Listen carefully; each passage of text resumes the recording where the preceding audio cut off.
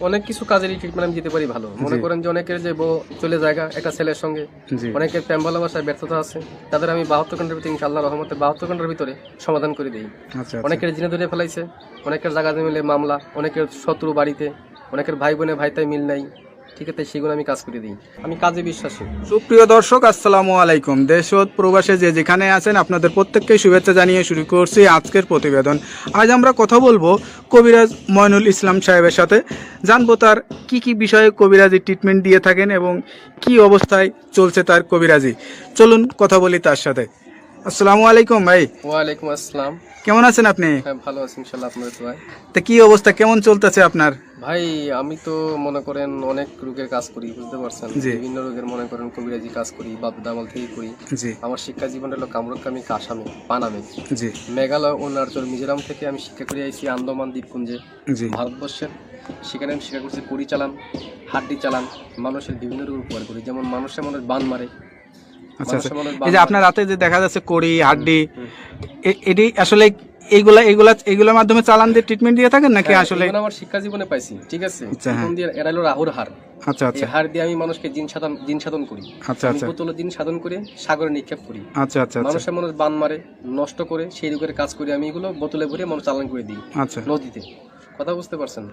তবে অনেক করে দুশ্মনী করে ফেলা, জায়গা জমিলে মামলা, ঠিক আছে, কেস মামলা করে, অনেকে ভালোবাসায় ব্যর্থতা, ঠিক আছে, মনে করেন যে অনেকে দুশ্মনী করে জায়গা জমিন আটকিয়ে রাখে, সেগুলো আমি ছুটিয়ে দিই। আচ্ছা আচ্ছা, তা আপনি যে এই ট্রিটমেন্ট বা এই পেশাটা কতদিন হলো শিখছেন? আমার বয়স হয়ে গেছে প্রায় 30-35 বছর। আচ্ছা আচ্ছা, এই পেশাটা কি আপনার বাপ দাদার পেশা থেকে আপনারা আসছেন নাকি আপনি শিখছেন? আমার বাবাও ছিল কবিরাজ, ঠিক আছে, আমার দাদাও ছিল কবিরাজ। তারা ভারতবর্ষে থাকতো, ত্রিপুরা রাজ্য, মেঘালয়, অরুণাচল, মিজোরাম, নাগাল্যান্ড থেকে শিক্ষা করে বাংলাদেশে আসি। বাংলাদেশে আমাদের বাড়ি, ঠিক আছে। আপনার জন্মস্থান কি বাংলাদেশেই? আমার জন্মস্থান ভারতবর্ষে।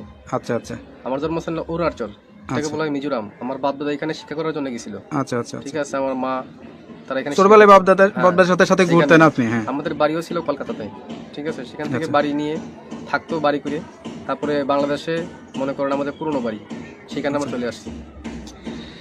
এখন যে দেশে আছেন বা এই যে এখন যেখানে আছেন, এই ঠিকানাটা কোথায়? এটা হলো সাভার। সাভার, এই যে ঠিকানায় যে আছেন আপনি, এই যে ট্রিটমেন্ট দিয়ে বউ বাচ্চা কাচ্চা নিয়ে, আপনার তো ফ্যামিলি আছে, তাদেরকে নিয়ে সবাইকে নিয়ে ভালোই আছেন? ইনশাআল্লাহ ভালো আছে। ভালোই আছেন। তো এখন মানে যে রোগী আসে, সেটা কি ধরনের রোগী বেশি আসে আপনার কাছে? মনে করেন যে অনেকের মনে করেন যে বান মারি ফেলায় অনেকে। আচ্ছা আচ্ছা, অনেকে দুশ্মনী করে মনে করেন কেস মামলা, জায়গা জমিলে মামলা করে ফেলায়। অনেকের বউ জায়গা চলে একটা ছেলের সঙ্গে প্রেম ভালোবাসা করে। আচ্ছা, সেই কাজের জন্য আমি বেশি জড়িত। আমি মনে করেন যে আমি জিন সাধকের মাধ্যমে, আমি চালানোর মাধ্যমে কাজটা করি। এই ট্রিটমেন্ট অনেকে আবার জিনে ধরে, ভূতে ধরে না, জিনে, হ্যাঁ, জিনে আসল করে সেগুলো আমি আবার ছাড়িয়ে দিই। আচ্ছা আচ্ছা, মনে করেন যে আবার মনে করেন অনেকে দুশ্মনী করে বান মারি ফেলা অনেকে, ঠিক আছে, সেগুলো আমি ছাড়িয়ে দিই।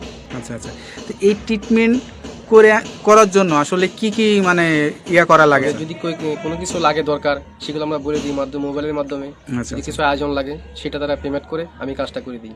আচ্ছা আচ্ছা, এটা ধরেন অনেকে আসতে পারে না, অনেকে দেখা যাচ্ছে যে মানে যোগাযোগ করতে পারে না, তাদেরকে কিভাবে ট্রিটমেন্ট? আমি মোবাইলে ট্রিটমেন্ট করি বেশি। আমি আন্দামান, অরুণাচলের, তারপরে মনে করেন শ্রীলঙ্কা, বিভিন্ন দেশের কাজ আমি মোবাইলের মাধ্যমে করি, যেমন দুবাই, মালয়েশিয়া, জার্মান, ঠিক আছে, ফিলিপাইনি, সৌদি আরব, কাতার।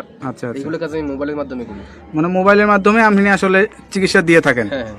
আচ্ছা, তো এইটার জন্য কি লাগে, কি ধরনের মানে লাগে? যার কাজের সেই সব যেমন আয়োজন লাগে, সেগুলো আমি দিয়ে করি। মনে করেন একটা কাজের একটা ধারা আছে। আচ্ছা আচ্ছা, একটা কাজের একটা ধারা, সেই ধারা অনুযায়ী কাজটা করতে হয় আমার।